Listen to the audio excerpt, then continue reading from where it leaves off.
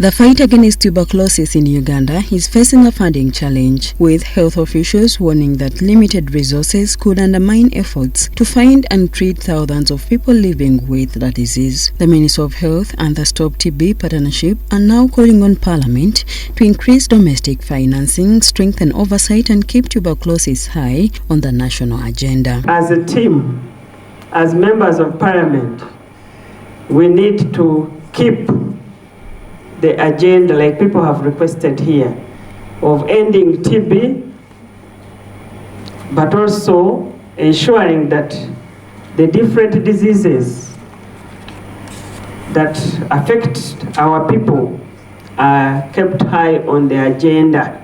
Uganda remains one of the countries with a high burden of tuberculosis, but the resources available to fight the disease are increasingly under pressure. However, with the declaration of reduced funding, we want to thank the government of Uganda that was able to increase TB funding from about $4.3 million in 2026 to about now the estimate of about $8.4 million for 2027. But important to note here is that the government of Uganda is covering 100% of the first-line TB medicine. The Executive Director of the Stop TB Partnership Global Organization, Dr. Lucicia Dutoi, says the funding gap for TB is particularly concerning when compared with resources committed to other major infectious diseases. One important piece, as already was mentioned, is extremely important for you to maintain TB in your attention.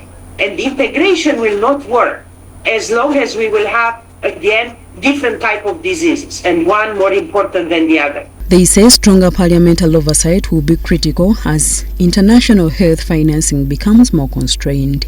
But as Parliament, we pledge to participate in creating more awareness in all our activities at a political and a public level to help people understand that, first of all, how is TB spread, and then TB is treatable, and also TB is curable. For Uganda, the message from the meeting is that the fight against TB cannot depend on external funding alone. Therefore, the MPs also need to come up with a platform that will bring other sectors, even within Parliament, so that each sector can see what is our role in contributing to TB and also in addressing it. Parliament is being challenged to turn its commitments into increased funding, strong oversight and sustained political action.